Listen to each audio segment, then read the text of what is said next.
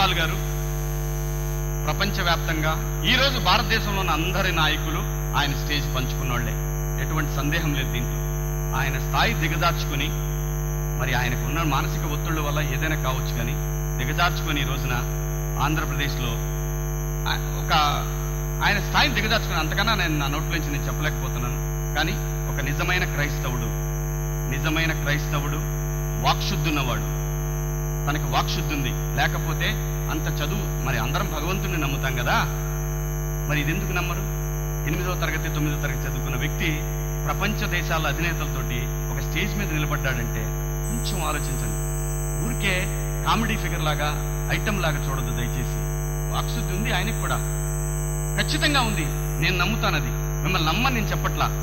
వీళ్ళు నలుగురు మనకి ఆంధ్రప్రదేశ్లో పోటీ పడతా ఉన్నారు ముఖ్యమంత్రి అభ్యర్థులుగా. For more updates, please subscribe 99 TV Telugu.